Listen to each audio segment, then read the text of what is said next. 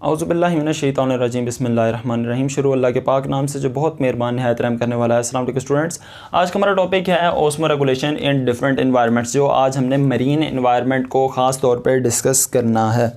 तो marine environments के अंदर अगर हम आएँ तो मरीन इन्वायरमेंट में डिफरेंट तरह की फ़िशेज़ रहती हैं, तो उनके हिसाब से हमने उनको डिस्कस करना है। तो सबसे पहले हम बात करेंगे इनवर्टिब्रेट्स।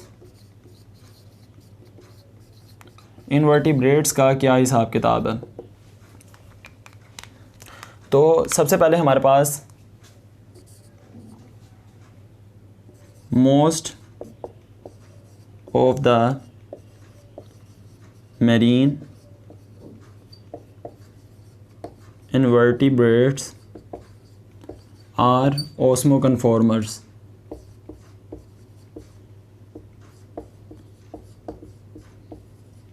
ज़्यादातर मरीन इन्वर्टिब्रेट जो हैं वो ओस्मो कन्फॉर्मर्स होते हैं, यानी वो अपने इंटरनल कंडीशंस और एक्सटर्नल कंडीशन को मैच करके चलते हैं।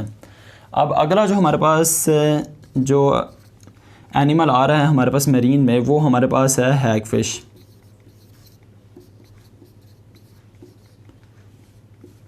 हैगफिश को हमने इतना जो है वो ज़्यादातर क्यों इसको डिस्कस किया है कि हमने इसको ज़्यादा क्यों डिस्कस किया, क्योंकि ये फ़िशेज़ में जो है ना ये ओस्मो कन्फॉर्मर है।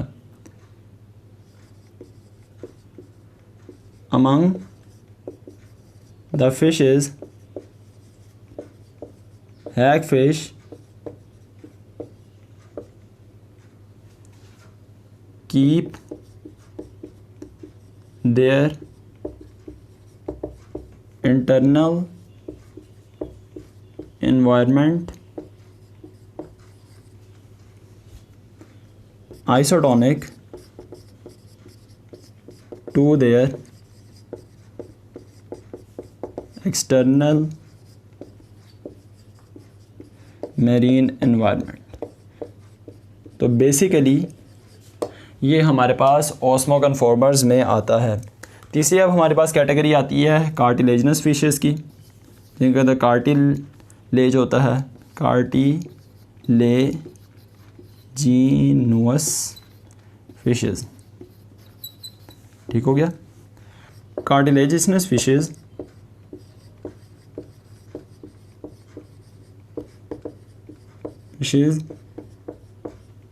Keep their internal environment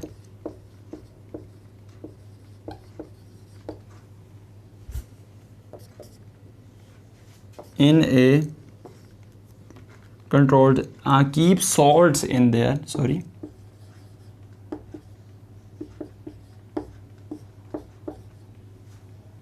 internal environment in a controlled amount। ये अपने इंटरनल एनवायरनमेंट में सॉल्ट जो है वो कंट्रोल अमाउंट में रखते हैं। वो किस तरह?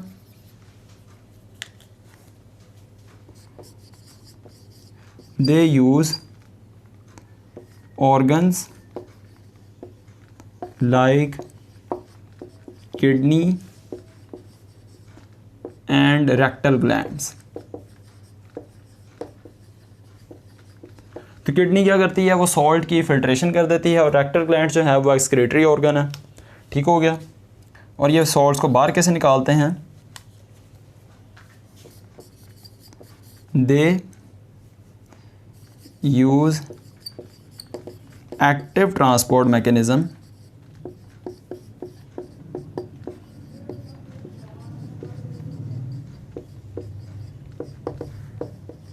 To remove salts against the concentration gradient।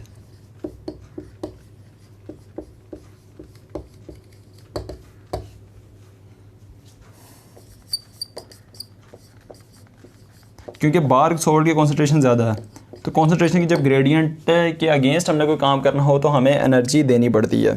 तो इसकी वजह से इनको एनर्जी इसमें वेस्ट करनी पड़ती है ताकि ये सर्वाइव कर सकें। ठीक हो गया।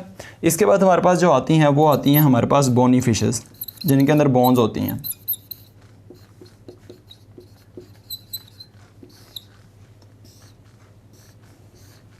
ठीक हो गया। तो अगर हम बोनी फिशेस की बात करें, they also maintain their internal environment,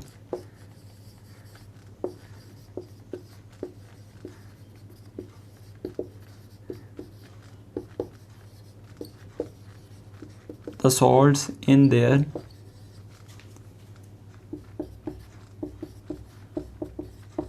internal environment।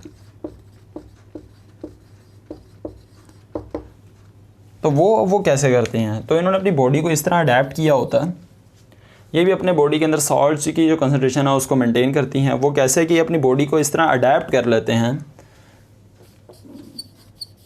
They have adapted their body in such a way that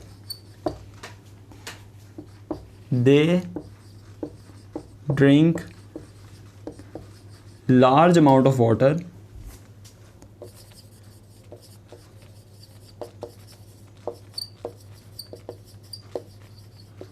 and excrete concentrated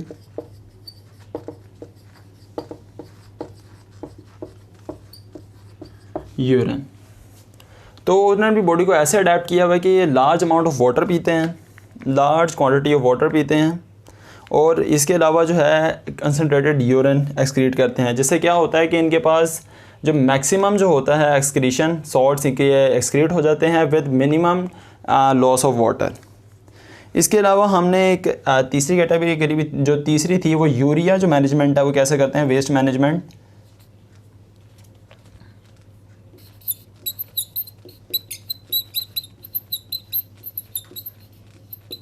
क्योंकि सिर्फ सॉल्ट से तो नहीं, इनके बॉडी में यूरिया भी तो बनता है ना, तो उसको ये कैसे मैनेज करते हैं।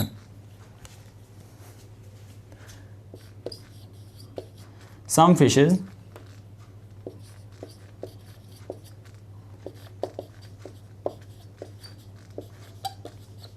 maintain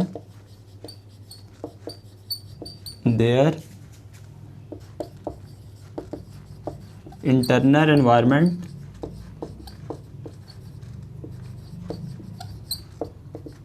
but have rendered to the hypertonic external environment by maintaining an adequate amount of urea in their body। तो ये बॉडी के अंदर एक एडिकेट एक ख़ास अमाउंट में यूरिया रखते हैं, जिससे इनकी जो होती है ना बॉडी के अंदर की वेस्ट मैनेजमेंट भी होती है। तो वेस्ट मैनेजमेंट का एक और पॉइंट है वो हम अगले पेज पे लिख लेते हैं। तो इसका जो पूरे टॉपिक का लास्ट पॉइंट है वो ये है कि यूरिया जो है वो काफ़ी टॉक्सिक कंपाउंड होता है। तो सम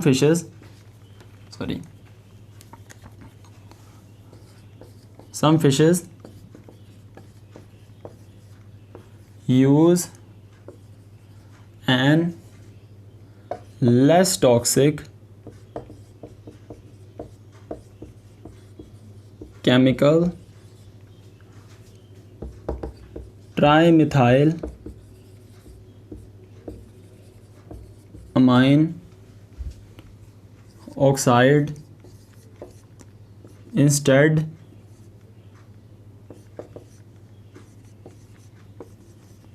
of urea for their waste management, waste material management।